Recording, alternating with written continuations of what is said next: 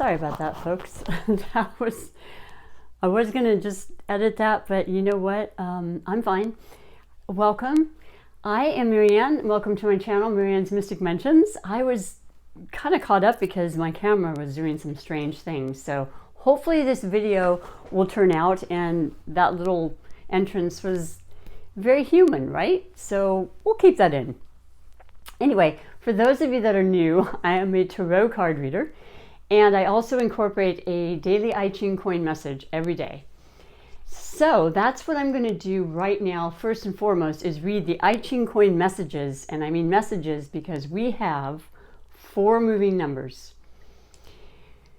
That's a lot of extra messages for us. So we're going to get started on those, which excites me.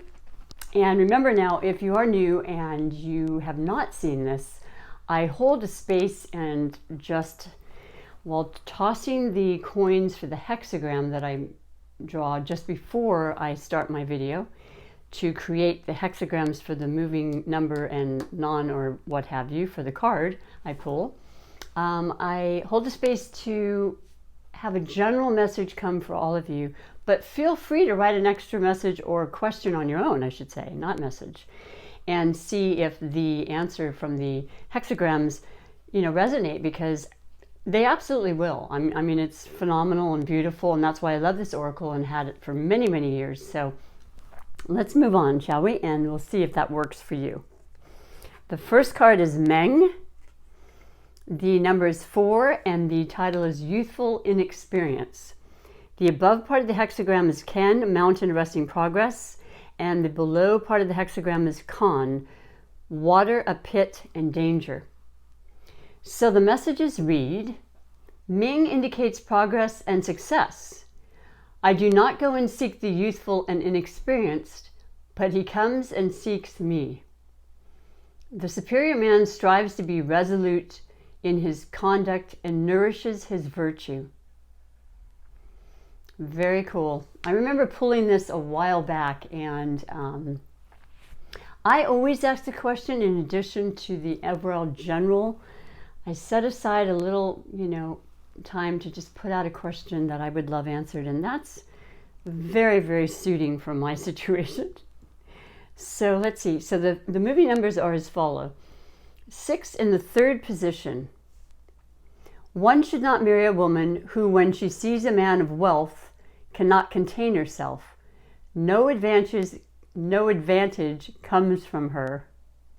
I've never read that moving number before. 6 in the 4th position. Clinging to youthful folly brings regret. All right, 6 in the 5th position, with a dot for emphasis.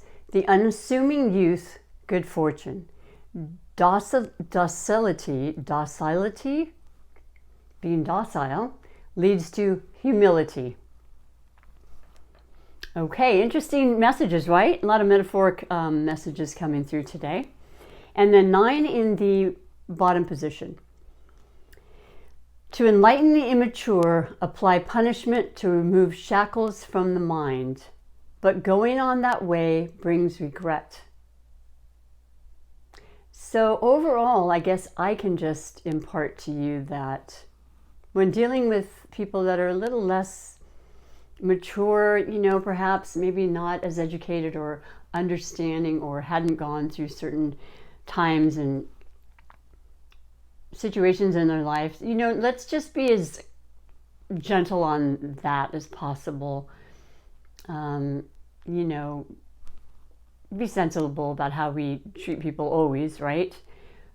But recognize that it just could be the inexperience on their part. And I know I've been inexperienced in a lot of things until I wasn't anymore, right? It's kind of how that works. So anyway, that's Ming. We don't get that often. And then that's the moving hexagram, which becomes the non-moving hexagram, Taiko. And that is number 28, and the title is Excess. The above part of the hexagram is Tui, Lake Marsh, and Joyful, and below is Sun, Windward, and Gentle. So the final message for the I Ching coin is Taiko suggests to use a beam that is weak. There will be advantage in moving in any direction, whatever, and there will be success.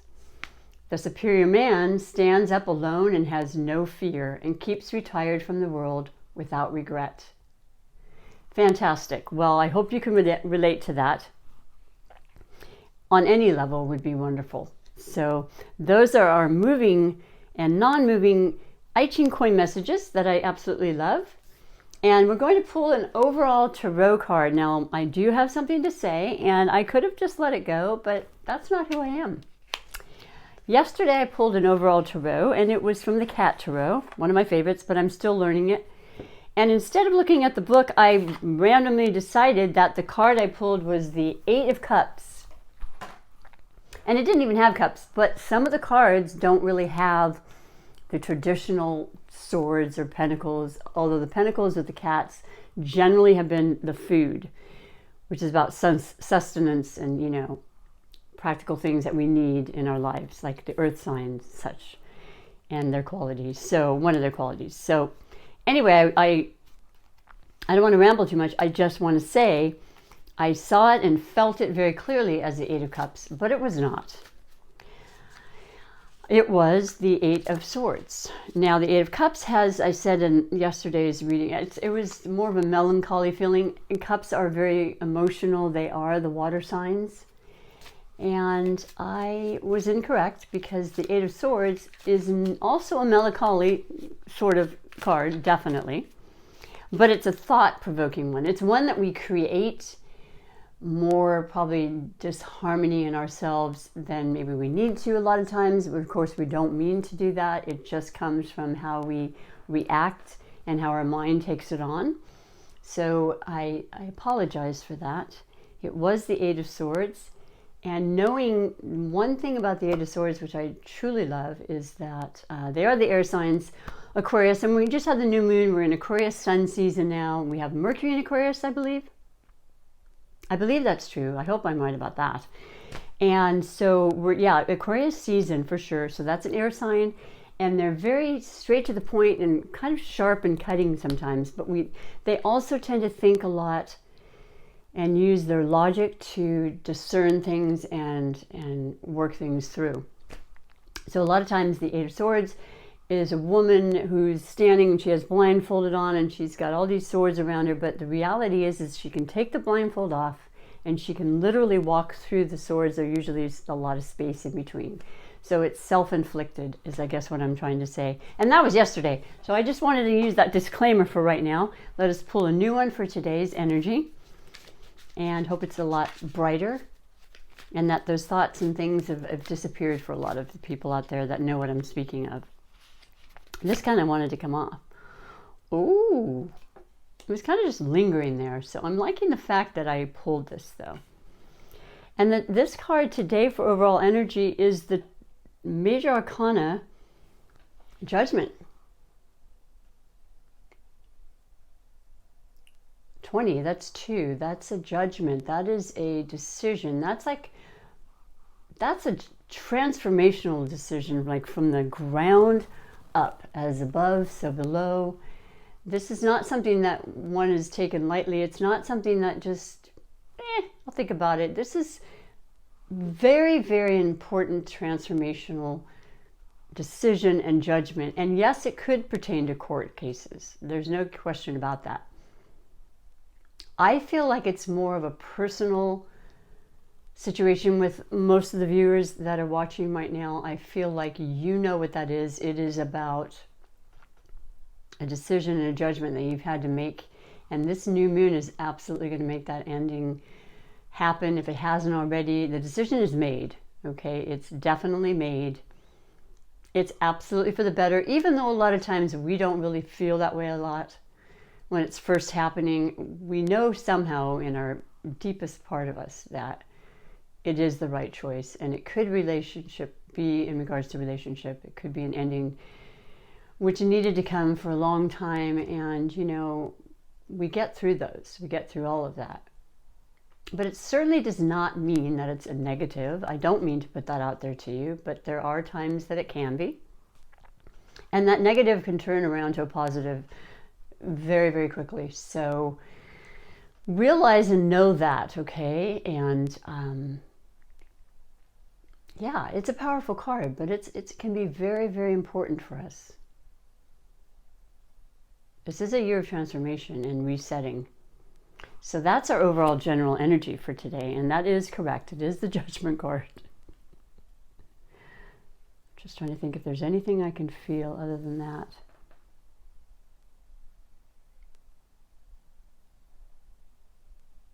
In regards to a court case, I want to say that it would probably be in your favor. I think it would be a good, positive outcome. And I believe we got justice not that long ago as well. The two of them together make me really feel like there's some definite decision made in a court case that's going to be in your favor. So yay on that, because that doesn't always work out that way either, does it? Let's go to our Super Attractor card. Now remember, today is the 26th. Actually, yesterday was the Chinese New Year too, and it's the year of the rat. And I don't think that's happened since, well, maybe it's happened before, but it definitely was in 1985. I remember that. It's probably happened at least one other time before that, but it is the year of the rat. So I have a son that's a rat, and I think overall, I mean, it depends on what your sign is, Chinese-wise, but it's actually a good year. It's a good year. On the whole, but more, it seems more calmer, you know, and more, well, certainly grounded with all the earth elements that we're facing the whole year. But we've actually had earth for the last couple of years and a couple of planets, so it's not entirely new. There's just a lot more now. So we'll see where that leads, right? On any level, internally, externally. And let's pull our attractor card for that positive manifestation life story that we want to create for ourselves and can, which is the coolest part about it. They're stuck together. Oh, I got this one again, and I love it. So I'll read it to you. True manifestations are powered by service and love. That's coming out for a reason, everybody. It's coming out more than once. And I shuffle them, and oh my gosh, it's such an important theme this year. And I hope that you can resonate and understand and hold that in your every bit of your cell of your body. Let's pull a second one just because. Oh, I've not seen this one. This was the prelude to this. I believe I'm worthy of feeling good. What an exquisite card, but not only that, the new moon, which we have. I just was driving, it was dark, and that new moon is just the slightest little crescent because we have great new transformational things coming to us. You got the stars in our body, and the womb is our moon and our maternal side, and our ability to create exactly what we want. Isn't that gorgeous? I love it. I love getting the ones we've already gotten. I understand that when we get them more than once, that's absolutely a message we need to know, and that can help us with the manifestation, but I love the two of them. That's so beautiful. Thank you for taking the time, and hopefully this turned out, this video. We'll see. And know that, you know, in the next month when it is a retrograde, there'll be some stuff coming up. I already know this, but I'm okay with it as long as you'll be patient as well. Do like and subscribe if you feel so inclined.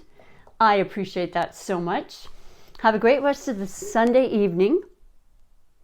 And I will, tomorrow will be the weekly overall energies for the tarot, in addition to our I Ching coins and the Super Attractor manifestation cards. Okay, so you take care. And until then, bye for now.